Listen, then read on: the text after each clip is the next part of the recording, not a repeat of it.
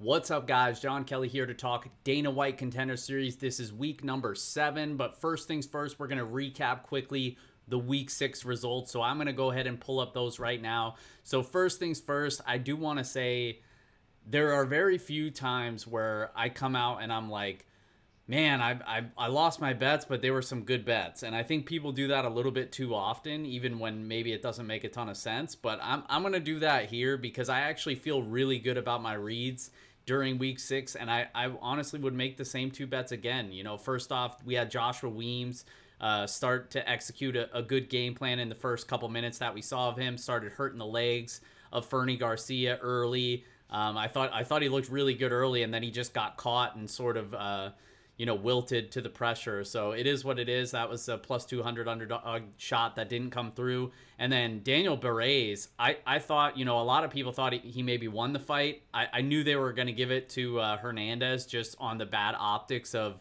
Berets, even though he landed that takedown in round 3. And it was a close fight, don't get me wrong, but just the bad optics of looking extremely gassed and then also just running from his opponent for the last 20-30 seconds. Judges don't typically like that, and we know Dana White doesn't like that as well. So I kind of knew it was going to go that way, but really unfortunate because honestly in a rematch, I put up a tweet. I would line him at least minus 175 in a rematch of that fight just because he looked like clearly the better fighter there, more explosive striker. The ground game was clear. He had an advantage there. Really, it came down to he slipped in round 2 and ended up on his back and spent half the round or so. Couldn't reverse position, couldn't get out of it. So it was really came down to that slip in round 2 and then the bad optics in round 3, being gassed and running from his opponent for the last 30 seconds, ate a couple shots there. But overall, I feel good about those reads, even though those bets didn't come through. I know a few people were tweeting at me saying they were able to make some money using some of the info in last week's video. So I'm super excited about that and hope to get back in the win column this week. So let's get into it. So first up in the women's strawweight division, kicking things off, we have Maria Silva going up against Kathryn Paprocki. And Maria Silva is honestly, she looks really good to me. Like, she comes from a kickboxing background. She's a former kickboxing champion, former multi-time Kung Fu world champion. She's 6-0 with 5 wins coming by finish, only 1 fight reaching the 3rd round, which was a split decision. But she's got very sharp leg kicks. She's extremely powerful. She kind of reminds me of a younger Amanda Lemos in a sense, in that she's well-rounded but super powerful on the feet, does have some grappling if she needs to go there. But she fought a debut fighter in her most recent fight, which was kind of concerning, just because, I mean, not concerning in the sense that, like, oh no, she only fought somebody that was 0-0, but it's just the fact that, like, we want to see her get those step-ups in competition, and that fight was almost 2 years ago now. It was in November of 2019. She obviously took care of business, but she is coming off a 2-year layoff, so I do want to mention that. In terms of her opponent, Kathryn Paprocki, she's got decent leg kicks. She's honestly, her best asset is just being extremely tough. She does have a little bit of wrestling, but her defensive striking is honestly, like, it's really bad. And credit to her for being extremely tough, like I said, but on the feet, she's got some serious issues defensively. I mean, she's throwing naked leg kicks. She's eating clean shots to the face. She doesn't move her head, doesn't keep her hands up. So I just think that's a big problem against somebody that's super powerful like Maria Silva here. She's also, like, she loves to dive into the clinch without setting anything up. And if she does that here, I think she's going to eat some pretty big shots here that have the potential to put her out. Like I said, she has decent wrestling, good control if she gets on top. She's actually the short notice replacement for Silvana Gomez Juarez, who got the UFC short notice, lost to Lupi Godinez just last Saturday. So yeah, she's coming on short notice. Obviously, UFC is looking to showcase Maria Silva here. I think that's the move. I actually seen money come in on Kathryn Paprocki here. I don't really get it. Maybe just for the layoff, I guess, and the somewhat padded record for Silva. But make no mistake about it, I think she's legit. I'm excited to see her fight. She's the pick for the Degen Parlay, and I'm considering laying it with her. Especially, I will be betting her if we see more Paprocki money come in. We're just gonna have to wait and see, depending on what DraftKings and FanDuel release those. I know offshore she's like minus 175 or so right now, but again, we've seen that Paprocki money start to come in already, if it continues, then I'm going to be betting Maria Silva.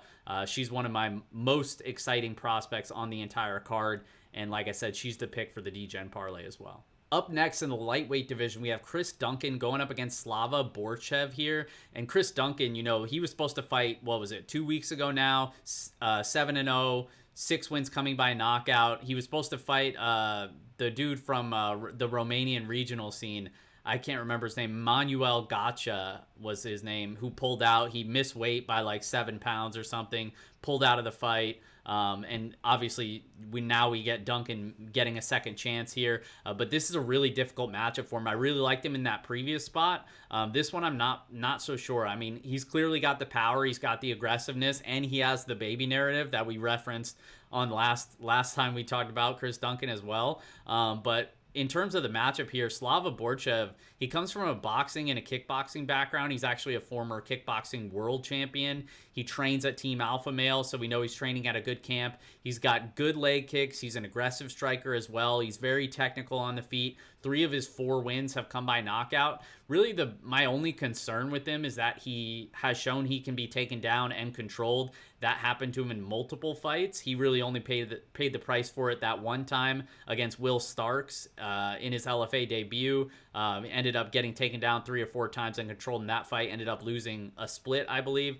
But I just expect this one to be a striking match. Both guys are aggressive. I favor the technicality of Borshchev here. Duncan probably a little bit more aggressive, and where he lacks in technicality, he makes up for it in pure aggression.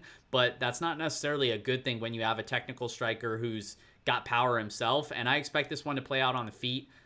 This is one of those high variance fights where I think someone's probably getting knocked out. If you have access to bet the under, whether it's a under 2.5, I'm assuming it'll be under 1.5, but I think the under is probably a decent look here, just because I think both guys are going to be super aggressive. Both guys are going to land shots, and I think someone's probably going to sleep here. As much as I love Chris Duncan and the baby narrative, I'm actually going to unfortunately have to go with the underdog here in Borshchev, just because he's the more technical striker, training at a better camp. Despite the short notice concerns, I actually do think he's the better striker here. He's going to be the pick for the Degen Parlay and our first underdog of the night. Up next in the flyweight division, we have Jake Hadley going up against Mitch Raposo. You'll probably recognize Mitch Raposo's name because he fought on The Ultimate Fighter this season. Didn't do so hot. He ended up fighting Ludwig Chalanon, who honestly looked okay on the show. He ended up making his UFC debut. Didn't look as good there, but the level of competition was certainly a big deal. But in terms of when he fought Raposo, he was able to, the leg kicks were there. He out-wrestled Raposo, and Raposo's supposed to have like a wrestling base, so that was kind of concerning here. And what's even more concerning to me is that's the exact style of matchup as Jake Hadley, and Jake Hadley's arguably much more talented. He's the flyweight champion in EFC and Cage Warriors. He's a southpaw striker, good leg kicks, sharp boxing, and he has that strong wrestling base. He's just very well-rounded, and honestly, I think Raposo, where I do, before this matchup, before I looked into Jake Hadley, I saw the big number on Raposo, and I'm like, this could be an interesting underdog stab here. And I came in wanting to take the shot with him, but I honestly can't do it. I think he's just a little bit too green, a little bit too young. And just seeing that how Ludwig was able to have success in some of those areas, I would be surprised if Hadley wasn't able to have success in those same exact areas. And Hadley's a very strong wrestling base, super well-rounded, like I said, and just very physical. I think he's going to be bigger. I think he's going to be stronger, and I think he's going to get the job done here. So Hadley's the pick for the Degen Parlay. In our fourth fight of the night, we have Martin Buday going up against Lorenzo Hood. These big boys are at heavyweight. Buday's only career loss is to Juan Espino. That was back in 2017, which was also the only time his fight has reached the 3rd round. 6 of his 8 wins have come by knockout, but he's basically your typical heavyweight power puncher. I don't really think there's anything special about him. He has power. He's okay. He's fought decent competition. But yeah, I mean, it's pretty much just like a big, powerful heavyweight that could win by knockout in most matchups. And on the flip side, Lorenzo Hood is kind of the same thing. He was originally supposed to fight Lucas Brzezinski back in week 1, but he ended up pulling out. But all 12 of his wins have come by knockout. Only 2 of his 16 career fights have actually reached the second round. So typically it's coming inside the first round, and all 4 of his losses have come inside the distance. He's only been knocked out once, but he's been submitted 3 times. He's kind of one of those guys where if he doesn't land that big shot early, he tends to kind of, I don't want to say give up, but certainly the cardio is not ready to go a full 15, and once he shows a little bit, he has to deal with a little bit of adversity. He like I said, he sort of looks for a way out there. So in a fight where, yes, it's high variance, we're seeing a big line on Martin Buday, and that doesn't surprise me here. But so I don't hate taking the shot on Lorenzo Hood, but I also think Buday is just more durable. The cardio's more proven. He's probably a better technical striker as well. Both guys obviously have power. Both guys could end the fight by knockout, but it's just that Lorenzo Hood probably has to do it very early, and I just don't know how big of an outcome that is here against Martin Buday, whereas I think the finish likely comes from the Buday side. So we're going to go with Buday in the Degen Parlay. Like I said, if you want to get crazy and you want to gamble a little bit, go ahead and take the shot on Hood, but I prefer playing an under here. I think one of these big boys are going to sleep in the first round, and I think it's probably Lorenzo Hood that ends up taking a canvas nap on Tuesday night. So we're going with Buday in the Degen Parlay. In our main event, we have Junior Cortez. Reyes Cortez is actually his name. He goes by Junior, so I'm going to call him Junior. Going up against Christian Rodriguez. This one's at bantamweight. And Junior Cortez, he's actually the older brother of UFC fighter Tracy Cortez. He trains out of the MMA Lab and Fight Ready. He did this camp at Fight Ready. He's 5-1 with 4 knockouts. His opponent's combined record is only 12-16, so that's a little bit of a concern, especially being that he hasn't really been tested. He's only fought one guy with a winning record, and that guy was only 3-0.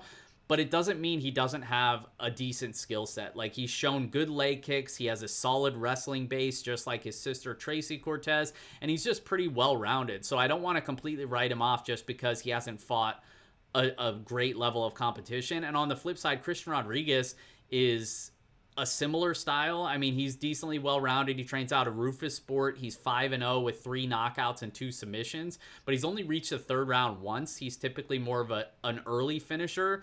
And I actually think, like, where I think this fight could be competitive, I actually do favor the well-roundedness of Junior Cortez. Like I said, that wrestling base, I think takedowns could be the difference here. Where I see the striking, he's probably a little bit of a dog on the feet to Christian Rodriguez, but I think those takedowns could be the difference. And I think the line's a little bit too wide. I'm going to take the plus money here, take the underdog shot on Junior Cortez, depending on where we see this line get at. I saw plus 175 or something similar offshore. We're going to see what it comes out as on FanDuel or DraftKings in order for me to take the shot. But I like Junior Cortez here. Like I said, he trains at a much better camp.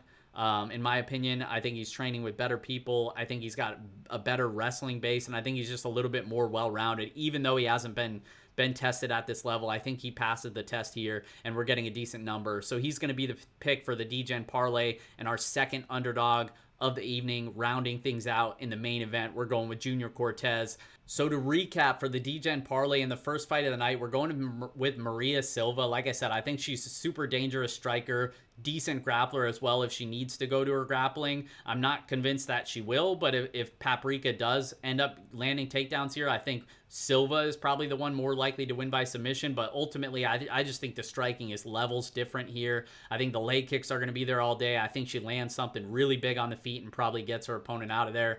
I think she looks good, so we're going with Silva in the first fight of the night. Second fight, we're going with the first underdog, Slava Borshchev. I hate to go against my guy Chris Duncan in the baby narrative, but Slava's a good technical kickboxer. I think he's much more technical than Chris Duncan, and both guys are aggressive. Both guys are going to look to keep the fight standing and land shots. I'm going to favor the guy who I think is a little bit more clean, a little bit more crisp defensively in Slava Borshchev.